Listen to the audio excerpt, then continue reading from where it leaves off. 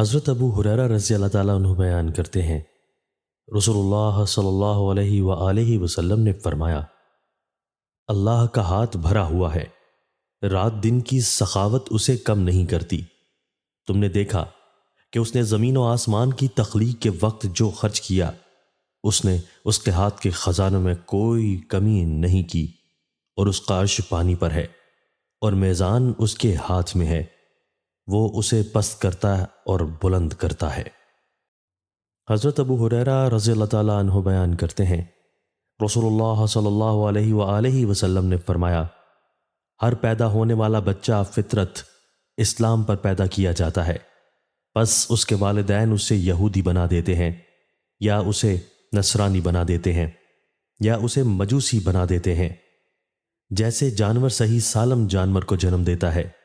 کیا تم اس میں سے کسی کا کان کٹا ہوا محسوس کرتے ہو؟ پھر انہوں نے یہ آیت پڑھی، یہ وہ فطرت ہے جس پر اللہ نے لوگوں کو پیدا کیا، اور اللہ کی اس بنائی ہوئی چیز میں کوئی تبدیلی نہ کرو، یہی درست دین ہے۔ حضرت ابو ہریرہ رضی اللہ تعالیٰ عنہ بیان کرتے ہیں، رسول اللہ صلی اللہ علیہ وآلہ وسلم نے فرمایا، مجھے بتاؤ، اگر تم میں سے کسی شخص کے گھر کے سامنے نہر ہو اور وہ ہر روز اس میں 5 مرتبہ غسل کرتا ہو،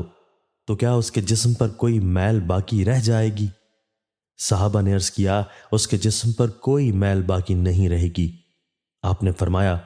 یہی 5 نمازوں کی مثال ہے، اللہ ان کے ذریعے خطائیں مٹا دیتا ہے۔